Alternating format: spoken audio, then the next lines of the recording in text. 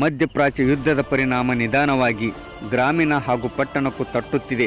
ಹೀಗಾಗಿ ಪಟ್ಟಣದಲ್ಲಿ ಡೀಸೆಲ್ ಕೊರತೆ ದಿನೇ ದಿನೇ ಹೆಚ್ಚುತ್ತಿದ್ದು ವಾಹನ ಮಾಲೀಕರು ಹಾಗೂ ರೈತರನ್ನು ಸಂಕಷ್ಟಕ್ಕೆ ದೂಡಿದೆ.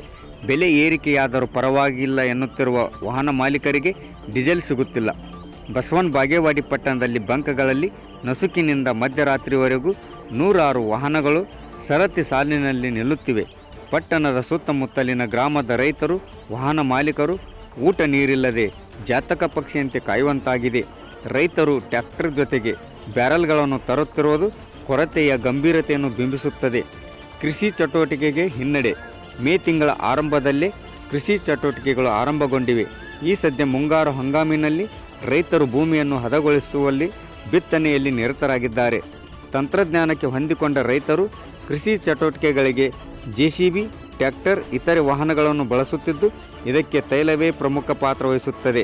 ಅತ್ತ ಡೀಸೆಲ್ ದರ ಹೆಚ್ಚಳವಾದರೂ ಪರವಾಗಿಲ್ಲ, ತೈಲ ಸಿಗದ ಕಾರಣ ರೈತರು, ವಾಹನ ಮಾಲೀಕರು ಆತಂಕದಲ್ಲಿದ್ದು ದೃಶ್ಯ ಕಂಡುಬರುತ್ತಿವೆ. ವರದಿ ಶರಣು ಕಾಟ್ಕರ್, ಸಮಯ TV K news, Basavana Bagewadi.